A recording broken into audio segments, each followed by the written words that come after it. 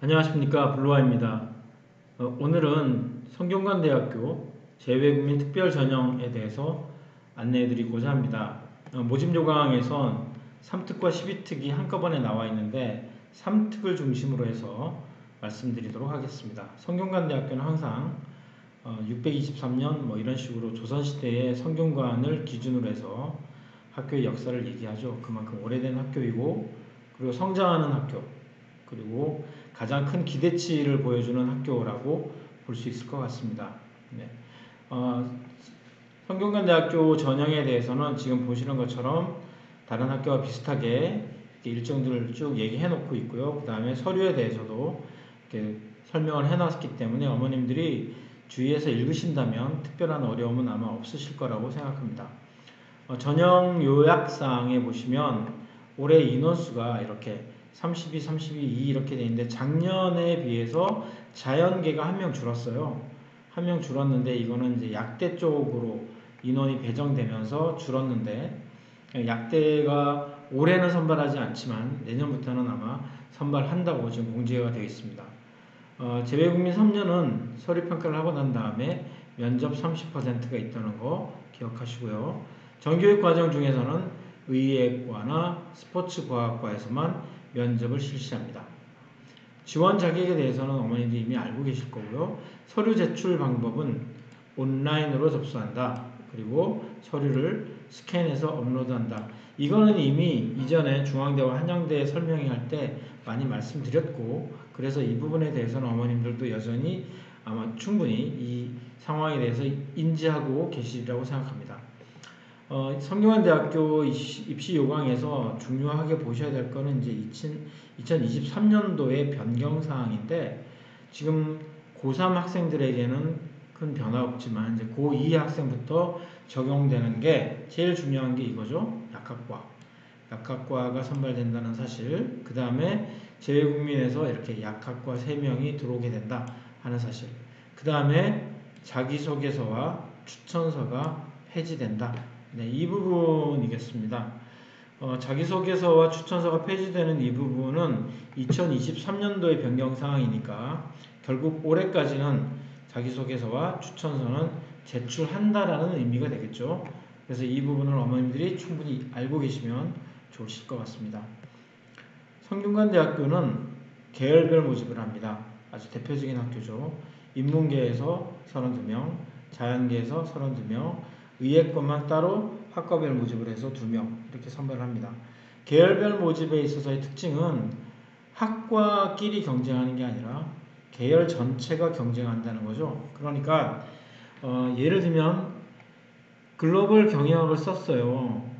근데 우리 친구가 글로벌 경영학에서 만약에 6등을 했다. 글로벌 경영학 내에서 6등을 했고 32명 중에는 충분히 포함된다 라고 하더라도 글로벌 경영에서는 맥시멈 5명만 뽑기 때문에 우리 친구가 32명 안에 들지라도 5명 안에 들지 않기 때문에 떨어지게 되는 겁니다. 네. 그래서 이게 계열별 모집의 특징 중에 하나입니다. 이거는 제가 한양대학교 설명할 때도 말씀드렸고요. 자연계 역시 마찬가지입니다. 32등 안에 들어야 되면서 동시에 과별 정원을 넘지 않아야만 합니다. 근데 지금 보시면 뭐 인문과학이나 사회과학, 그 다음에 자연과학이나 공학들이 이미 그 숫자를 다 채우고 있죠. 그러니까 전체적인 경쟁에서도 32등 안에 들 수 있도록 준비해야 되고, 학과별 최대 선발 인원에도 들어가야지만 선발될 수 있습니다. 물론 이제 추가 모집 같은 게 있으면 이제 3배수에서 5배수까지 뽑게 되니까 이제 그런 부분에서는 충분히 가능성을 더 가질 수 있지만, 그래도 계열별 모집에서 학과 정원 최대 선발 인원이 이만큼 있다라고 하는 그 사실을 알고 계시면 더 좋겠습니다. 광역 모집단위 내에 설치된 학부나 학과는 지금 보시는 것처럼 이렇게 인문 계열에서는 이렇게 있고요. 사회과학 계열, 그 다음 자연과학 계열, 공학 계열 있습니다. 근데 혹시 관심 있으신 어머님들께서는 수시 모집 요강을 보시면 수시에서는 뽑는데 우리 쪽에서는 안 뽑네? 라고 하는 과들이 있을 거예요. 뭐 예를 들면 반도체과 같은 경우라든가 글로벌 바이오 같은 그런 과들 같은 경우는 수시에서만 선발을 하고 우리 재외국민에서는 전혀 선발하지 않습니다. 어쩔 수 없는 학교의 선택이니까 그렇다고 보여지고요. 지금 보시면 광역 모집 단위에 입학한 이 우리 친구들의 경우는 1학년을 지나고 난 다음에 1학년 학업 성적에 따라 본인의 희망과 1학년 학업 성적에 따라서 학과로 진입하게 된다 이렇게 돼 있는데 보통 우리 재외국민 학생들의 경우는 희망하는 과에 대부분 다 배정이 됩니다. 그래서 성균관대학교의 좋은 점 중에 하나가 1학년 때 이 여러 과를 한번 거쳐보면서 또는 선배들로부터 정보를 들으면서 좀 더 나은 과가 처음에 입학했을 때보다 더 끌리는 과 이런 과로 많이 움직이게 되죠. 특히 이제 사회과학 계열에서는 처음에는 뭐 아동 청소년 이런 거를 전혀 생각하지 않다가도 들어와서 이쪽으로 간다든지 아니면 정반대로 미디어 커뮤니케이션에는 흥미 없었지만 와보니 훨씬 더 재밌었다든지 이런 것 때문에 과를 선택할 수 있는 좀 자유로움이 있다 하는 부분이 성균관대학교의 가장 큰 장점 중에 하나라고 볼 수 있겠습니다. 전형 일정은 다른 대학들과 거의 비슷합니다. 7월 7일까지 원서 접수를 하고 서류를 7월 9일까지 합니다. 약 이틀 정도의 시간이 더 있죠. 이것도 온라인으로 업로드 하도록 되어 있고요. 그 다음에 면접을 보는데 면접은 재외국민 지원자 중에서 1단계 합격자만 면접을 봅니다. 의예 스포츠과학도 마찬가지입니다. 12년 전과정. 그래서 1단계 합격한 친구들만 면접을 보게 되고 9월달에 이제 합격자 발표를 하게 됩니다. 또한 추가 합격은 12월 21일부터 28일 딱 크리스마스가 걸쳐 있죠. 네, 크리스마스가 걸쳐 있는 그 시간에 보는데 면접에 대해서 지금 이렇게 설명을 했어요. 여기 1번에 보시면 여기 1번이라고 써있죠. 그 부분이 지금 밑에 나와 설명되고 있는데 코비드 19으로 인해서 비대면 면접, 즉 녹화 영상을 업로드하는 것으로 면접을 대신한다 라고 되어 있고요. 업로드는 8월 20일부터 8월 25일 사이입니다. 의예과도 똑같이 동일하게 아닙니다. 의예과만 대면 면접을 실시하고 나머지는 다 비대면 면접을 실시합니다. 작년에도 이 비대면 면접을 코로나 때문에 비대면 면접을 실시했었는데 실제로 이 비대면 면접은 점수가 주어지는 게 아니라 패스 페일로 두 가지로 나누어지는 거기 때문에 뒷부분에 또 한 번 더 나올 겁니다. 그때 설명드리겠습니다. 지원 자격은 이미 아시고 있는 것과 똑같고요. 다만 이 코로나로 인해서 어떤 상황이 됐을 때 이거 소명 자료를 제출할 수 있다. 이거는 다른 대학에서도 똑같은 정책을 써가지고 그래서 이 부분을 알고 계시고 서류 준비를 다 하셔야 될 것 같아요. 지원 자격 인증 기준이라든지 여러 부분들은 어머님께서 직접 읽어보시는 게 제일 좋겠고요. 전형 방법은 1단계 100%, 그 다음에 선발된 인원에 한해서 면접을 봐서 30%를 면접의 점수로 넣게 됩니다. 정교육 과정의 의예과나 스포츠학과 마찬가지로 30% 이렇게 지원이 되고요. 평가 방법은 서류 평가를 하는데 어머님들이 보실 때 이 대학별로 평가하는 이 방법에 대해서 좀 자세히 읽어보시면 좋을 것 같아요.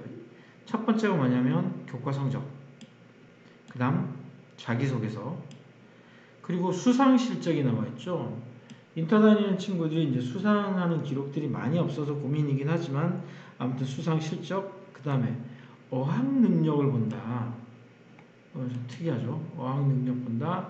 그 다음에 봉사활동과 같은 교내외 활동을 본다. 이렇게 되어 있습니다. 그래서 학교별로 어떻게 평가하는가 하는 부분이 조금씩 더 나와 있는데 실제로 성균관대학교 같은 경우는 성적, 그 다음에 수상 실적, 어학 능력 이런 것들을 굉장히 많이 중요하게 보고 있다는 것을 알 수 있죠. 그래서 이런 부분들을 어머니 좀 알고 가시면 좋을 것 같고요. 네, 비대면 면접, 녹화 영상 업로드하는 것에 대해서는 질문이 1단계 합격자에게만 공개됩니다. 1단계 합격자에게만. 그러니까 면접 대상자에게만 공개되는 건데 길이는 1분 이내입니다. 1분이 작다면 작은 시간이지만 아주 길다면 긴 시간이 될 수 있습니다. 저희가 작년에도 해보니까 거의 자소서의 핵심 부분들을 농축해서 얘기하면 1분 정도가 나오더라고요. 그래서 1분 정도 시간 갖고 있다는 것. 그래서 만점이나 빵점, 즉 패스 또는 페일이 되는데, 페일이 되는 이유가 뭐냐면 기한 내에 제출하지 않거나 또는 질문과는 전혀 다른 답변, 그 다음에 불성실한 면접 태도. 그러니까 뭐 영상 하는데 그냥 진지하지 않고 그냥 실실 웃는다든지, 또는 뭐 표정이 너무 안 좋다든지, 복장 불량 이런 것도 참 많이 거슬리는 거죠. 그래서 면접 때 이런 준비를 좀 잘 하면 좋겠고요. 결국 면대면이 아니기 때문에 비대면에서 어떻게 잘 나타나는가를 학생들이 좀 보고 셀카 찍듯이 찍으면 안 됩니다. 셀카 찍듯이 찍으면 안 되니까 이런 부분들을 좀 염두에 두고 있으면 좋을 것 같아요. 여기 보시면 1단계 선발 기준에 나와 있는데 이게 3에서 5배수 정도라고 나와 있습니다. 3에서 5배수, 의예과도 5배수 이렇게 나와 있는데, 사실 3에서 5배수로 했을 때 인문계가 주로 3배수고요. 자연계가 5배수입니다. 제가 한양대 설명회 때도 말씀드렸지만 한양대가 올해 면접으로 돌아섰기 때문에, 한양대가 올해 서류평가로 돌아섰기 때문에 서류 평가하는 부분으로 본다면 성균관대학교와 큰 차이가 나지 않을 겁니다. 그래서 한양대를 지원하고 성균관대학교를 지원하는 학생들이 두 학교를 동시에 지원할 가능성이 매우 크다고 보여지면 아마 합격도 중복해서 합격할 확률이 꽤 높아지죠. 그렇다면 둘 중에 어느 학교를 선택해야 되는데, 그랬을 때 빠져나가는 인원들이 생각보다 예년보다 좀 더 클 수 있다, 이렇게 생각합니다. 그래서 아마 이 3 내지 5배수 정도를 했는데 아마 올해는 5배수까지 충분히 돌 수 있지 않을까라고 조심스럽게 생각해 봅니다. 하지만 이게 잘못하면 희망 고문이 될 수도 있다는 거 이해하시면 좋겠습니다. 최종 선발 기준은 뭐 총점 합산 뭐 이런 게 돼 있으니까 이것도 어머님들이 읽어보시고요. 제출 서류, 성균관대학교는 예전부터 공통 제출 서류와 그 다음에 형태별 제출 서류를 이렇게 나눠놨어요. 이렇게 나눠놨는데 공통 제출 서류는 다 비슷합니다. 입학 원서라든지 뭐 외국 학교 조사표라든지 그 다음 뭐 자기소개서 이런 것들, 학력조회 동의서 이런 것들 전부 다 이렇게 해놨고요. 초등학교, 중학교, 고등학교 성적 재학 증명서, 이건 뭐 당연히 여러 학교들이 다 얘기하고 있고, 학살 증표, 스쿨 캘린더 말하는 거죠. 스쿨 캘린더 준비하셔야 되고요. 그 다음에 사유서가 해당되는 사람들은 사유서, 그 다음 나머지 서류들도 다 준비해야 되는데, 여권이나 재외국민 등본 같은 경우는 전부 지원자 본인과 부모 모두가 다 필요합니다. 이런 것들 잊지 마시고 제출해 주시면 좋겠습니다. 그 다음에 재직 형태별 제출 서류가 파견인지 아니면 현지 법인인지 아니면 자영업자인지 이런 거에 따라 다른데, 이 부분에 있어서도 아마 또 이거가 문제가 되지 않을까 싶긴 합니다. 이 법인세 납부가 어머님들이 계시는 지역에서 회사에서 이거 안 해주는 경우들이 꽤 있거든요. 그래서 이 부분도 지금쯤 미리 확인하시고 법인세 납부 이력을 회사에서 줄 건지 이런 것도 좀 확인하셔야 되고요. 위에 있는 이것도 마찬가지예요. 사업자 등록증 또는 법인 등기부 등본 이런 거 내라는데 이거 안 해주는 회사들이 꽤 많습니다. 그래서 그 회사랑 잘 타협하셔야 할 것 같아요. 정교육 이수자는 여기다 좀 쉽기 때문에 넘어가고요.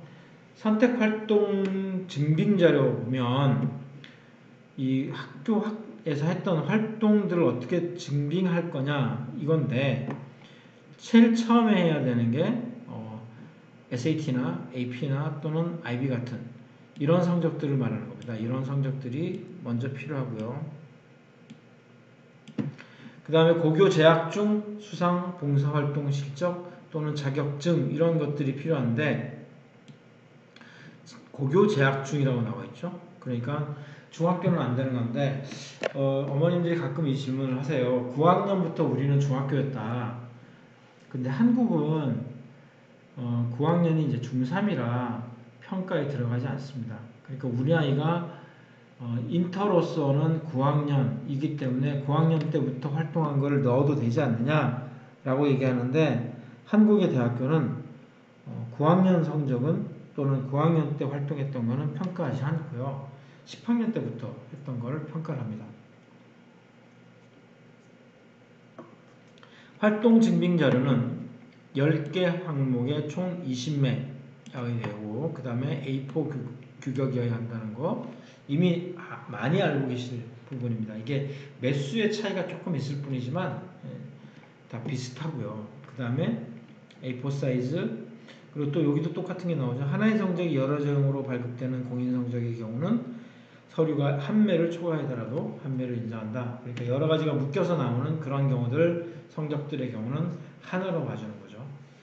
그 다음에 개인이 했던 거는 제출할 수 없다. 이것도 나와 있고요. 그래서 온라인으로 서류를 제출하는 방법에 대해서 좀 자세하게 나와 있는데 어머님들이 요거를 조금 더 자세히 읽으시고 그렇게 준비하시면 되게 좋을 것 같아요. 모든 서류는 전부 업로드합니다. 여기 보시면 뒤에 확장자가 전부 다 PDF로 되어 있죠. 전부 PDF로 바꿔서 즉 스캔해서 PDF로 바꾼 다음에 업로드를 해야 되는데 압축 파일 형태로 만들어서 업로드 하셔야 됩니다. 지금 여기 참고 표시되어 있는 거죠. 파일명의 양식을 반드시 준수하라 이렇게 되어 있는데 여기 나와 있는 여기 그 다음에 수험번호 이거는 이제 이미 결제를 먼저 하라는 뜻이 되겠죠. 결제해서 서류를 만들어라 라는 뜻이 될 겁니다.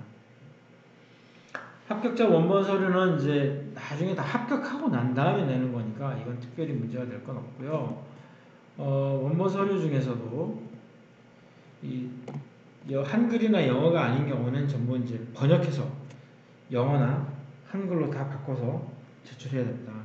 그 다음에 여기 작성일 기준으로 3개월 이내 서류 제출 시작일 기준으로 3개월 이내 해야 되고 그 다음 이게 조금 까다롭긴 한데 출입국 사실 증명서는 1개월 이내입니다. 그러니까 우리가 7월 초에 원서 접수를 하니까 6월 초까지는 이거를 다 하셔야 되는 거죠. 물론 뭐 좀 더 늦게 하면 더 좋죠. 6월 말 이럴 때 서류를 띄시면 더 좋긴 한데 그게 좀 힘들 부분이 있으니까 미리 하셔야 되니까 그렇다면 지금 하시는 것보다는 6월 초 정도에 하시면 더 좋겠다. 그 다음에 해외 공인성적표 공인성적 같은 경우는 스코어 리포팅을 하든지 아니면 지금 이 얘기 많이 들으셨죠. 원서 접수할 때 성적 화면을 캡처한 다음에 아이디와 패스워드를 적어서 제출하는 방법 이 방법을 굉장히 권해드립니다. 여권, 출입국 사실증명서, 사유서, 기타 서류 이런 거 다 어머니 보시되 여기 요 말죠. 모든 서류에 우측하단을 반드시 본인의 수험번호를 기재해야 된다라고 되어 있죠. 네. 즉 이제 대부분 서류들을 이제 PDF로 만들려면 서류에다가 미리 수험번호를 써서 그 다음에 스캔을 뜨면 수험번호가 위에 올라와 있겠죠. 그래서 그 부분들을 학생들이 좀 알고 미리 준비를 해서 스캔을 뜨면 더 좋을 것 같아요. 수험번호를 뭐 하기 전에 내가 이걸 다 해야 되겠다. 그렇게 생각하실 수도 있죠. 원서 접수하기 전에 뭐 그냥 미리 다 하고 싶다. 그럴 경우에는 수험번호를 받을 시간이 없으니까 이 경우에는 생년월일과 본인의 이름을 쓰는 것도 하나의 방법이라고 말씀드릴 수 있습니다. 지원자 유의사항은 넘어가겠습니다. 나머지 부분들도 그렇게 중요한 부분들은 아니라서요. 넘어가고 서식을 좀 보겠습니다. 서식에서는 이제 이런 입학원서 이거는 그 UA나 진학사에서 이렇게 들어가면 다 나옵니다. 이건 그냥 하면 되고요. 입력하면 다 자동으로 이 서류가 맞춰집니다. 다음은 제출서류 목록표에 대한 설명입니다. 제출서류 목록표는 성균관대학교는 이 필수 제출 서류, 그 다음에 지원 자격별 제출 서류 이렇게 다 구분을 해놨었어요. 이게 예전에도 이렇게 구분을 해서 어머님들이 서류를 제출하는데 굉장히 도움을 많이 줬었는데 이렇게 되어 있는 쭉 나와 있는 13번까지는 어머님들이 체크하시면 되고요. 이 두 번째 거는 주재원인지 자영업자인지 현지 취업인지 거기에 맞춰서 서류를 제출하라라는 뜻입니다. 그 다음에 추천서와 스쿨 프로파일은 선택이라고 되어 있긴 하지만 그래도 꼭 내셔야 되죠. 더군다나 올해는 추천서를 제출하는 학교가 삼특 입장에서는 거의 성균관대학교가 유일한 대학교라고 보여집니다.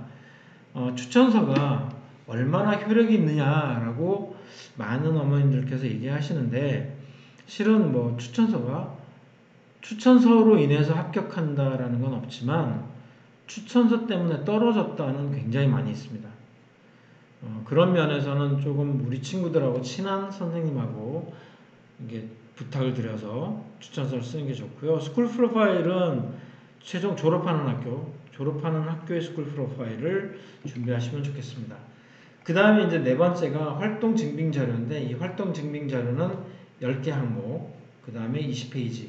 그래서 이 10개 항목에서도 아까 나온 것처럼 여러 개지만 사실 따지고 보면 한 개인 거 이런 것들은 그냥 한 개의 항목으로 넣을 수 있고요. 성균관대학교가 지금 특별하게 중앙대학교 설명할 때 말씀드렸지만 이런 식으로 하면 안 된다는 거죠. 축소복사나 양면복사 이런 것들을 하면 안 된다. 그래서 이런 것들을 어머니들 좀 보셔야 되고요. 여기 밑에 나와 있는 거 성적이 여러 장으로 나오는 공인 성적은 하나로 인정한다. 이런 것들을 좀 쭉 확인하시고 서류 준비를 하시면 좋겠습니다. 근데 사실 엄밀히 따지면 이 10개에 들어갈 수 있는 게 그렇게 많지 않습니다. 뭐 AP나 또는 IB나 뭐 이런 거를 따로 이렇게 뽑아주면 모르겠지만 그게 아니면 여기 AP도 들어가죠. 뭐 SAT도 들어갈 수도 있고 토플도 들어갈 수도 있고 뭐 중국에서 오시는 분은 HSK, 일본에서 오시는 분들은 JPT나 JLPT 이런 거 넣고 나면 상 하나, 둘 또는 활동 하나, 둘 뭐 이렇게 하면 다 10개가 채워지는 경우가 많아요.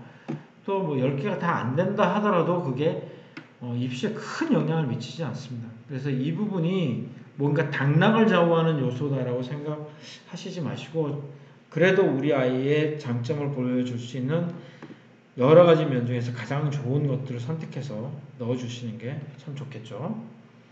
지원 자격 심사 신청표 이런 거는 나중에 인터넷 원서 접수하면 다 나오니까 외국학교 조사표 이것도 입력하면 다 나옵니다. 자기소개서를 보실까요? 자기소개서는 다른 학교하고 조금 다릅니다. 질문도 보시면 좀 달라요. 왜 그러냐면 성균관대학교가 올해 말고 내년 되면 자기소개서를 폐지하기로 했다라고 하는 거 알고 계시죠? 앞에서 이미 말씀드렸고 그러니까 굳이 올해 뭐 이렇게 자기소개서의 질문을 굳이 바꿀 필요가 없는 거죠. 작년에 썼던 거 그냥 그대로 600자짜리 이렇게 3개를 쓰는 걸로 해서 자기소개서를 작년과 동일하게 올려놨는데 이 중에서 이제 뭐 활동 첫 번째가 이제 활동에 대한 부분이고요. 그 다음에 지원 동기, 그 다음에 진로 계획 이런 거 쓰라고 돼 있고, 그 다음 세 번째가 이제 여러 4가지 중에 하나를 선택해라고 돼 있는데 이 4가지 중에 하나가 많은 아이들이 쓰는 게 주로 이제 학업에 대한 부분을 많이 쓰기도 하고요. 또는 뭐 요거 예전에는 자기소개서에 또 동일한 질문이 있었기 때문에 이거 쓰는 친구들도 많았고 그 다음에 역경 극복 이런 것도 많이 씁니다. 그러니까 요거는 4가지 중에 주제 중에서 본인이 가장 잘 쓸 수 있는 걸로 선택해서 쓰면 좋을 것 같습니다.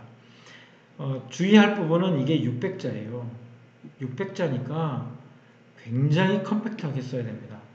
성균관대학교는 자기소개서를 잘 안 보는 거예요. 600자면은 너무 소홀한 거 아니야 라고 생각하실 수도 있지만 제가 보기에는 오히려 600자이기 때문에 훨씬 더 잘 써야 되고요. 굉장히 밀도 있게 써야 된다는 게 중요한 포인트입니다. 그냥 다른 대학교 예전에 써놨던 거 1000자짜리 그냥 쭉 잘라가지고 이렇게 쓰고 이런 거보다는 훨씬 더 컴팩트한 내용들 이렇게 써주는 게 좋을 것 같습니다. 학력조회 동의서나 이 사유서 이런 건 학력조회 동의서는 이제 뭐 다 내셔야 되고요. 학교별로 내야 됩니다. 재학했던 학교별로, 해외에서 재학했던 학교별로 제출하는 거고요. 사유서는 뭐 사유가 있으면 내시는데 이 중에서 올해 같은 경우에도 코로나로 인한 사유가 제일 많을 거라고 생각됩니다. 여기 나와 있는 사실증명 발급 열람 신청서는 그냥 쓰셔서 다른 학교 보셨죠? 이렇게 써가지고 그냥 내시면 대학에서 이걸 충분히 활용해서 알게 될 겁니다. 학생들의 정보를. 네, 성균관대학교에 대한 설명은 여기까지입니다. 실은 성균관대학교에서는 재외국민 전형에 있어서 올해 크게 달라진 점은 별로 없습니다. 내년에 약학과를 선발한다는 것과 그 다음에 자기소개서가 추천서가 없어진다는 부분이 내년엔 굉장히 중요하지만 올해는 특별히 큰 변화는 없습니다. 하지만 아까도 말씀드린 것처럼 한양대학교하고 보이지 않는 어떤 경쟁을 하게 될 것이다. 그런 면에서 본다면 한양대와 성균관대가 동일하게 같은 수준의 아이들을 뽑아갈 것이기 때문에 예년에 비해서는 성적이 조금 낮아지지 않겠는가 하는 전망을 내려봅니다. 결국 한양대 그 다음에 성균관대 같이 중복해서 지원해서 결정되는 대로 가겠다는 친구들이 훨씬 더 많겠죠. 성균관대가 조금 더 나아 보이긴 하지만 성균관대 공대 같은 경우는 수원에 있다는 그런 약점이 있고 한양대, 공대, 서울 캠퍼스를 충분히 활용할 수 있다는 그런 장점들이 있어서 더군다나 학교 캠퍼스의 차이, 서울 캠퍼스의 차이가 워낙에 한양대가 또 크다 보니까 그리고 한양대 뒤편에 또 여러 가지 부대시설 같은 것들도 좋고 그러다 보니 성균관대와 비교한다면 올해 성균관대는 예년보다 조금 더 점수가 낮아질 수도 있고 추가 모집도 좀 더 많아질 수 있다. 그렇게 전망을 할 수도 있을 거라고 생각합니다. 네, 오늘은 성균관대학교에 대해서 말씀드렸고요. 다음 주에는 서강대학교에 대한 말씀을 드리도록 하겠습니다. 참고로 지난 금요일날 서울대학교 12년 전과정 학생들의 합격자 발표가 있었습니다. 합격한 친구들과 합격증을 받지 못한 친구들에게 축하와 동시에 위로의 말씀을 전합니다. 올해 서울대학교 합격생들의 가장 큰 차이점 중에 하나는 다 예비 합격 형태로 나왔었는데 IB 과정을 거친 일부 친구들에게서는 조건부 합격으로 해서 2년전과 똑같이 IB 조건부 합격을 건 친구들도 다수 보였습니다. AP 친구들 경우는 대부분 예비 합격을 바로 시켰고요. 그건 아마 학교 GPA가 바로 나왔기 때문에 그런 게 아닌가라는 생각도 좀 있긴 하지만 AP 학교는 바로 예비 합격이 나왔지만 IB의 경우는 예비 합격이 바로 나온 친구도 있고 IB 점수를 포함한 조건부 합격이 나온 친구도 있었다 하는 점. 그래서 이 부분들을 어머님들이 좀 알고 계시면 훨씬 더 도움이 될 것 같습니다. 서울대에 대한 부분은 다음에 또 기회가 있을 때 2023년도 전형 계획과 합쳐져서 한 번 더 방송을 통해서 결과를 알려드리도록 하겠습니다. 오늘 방송은 여기까지입니다. 감사합니다.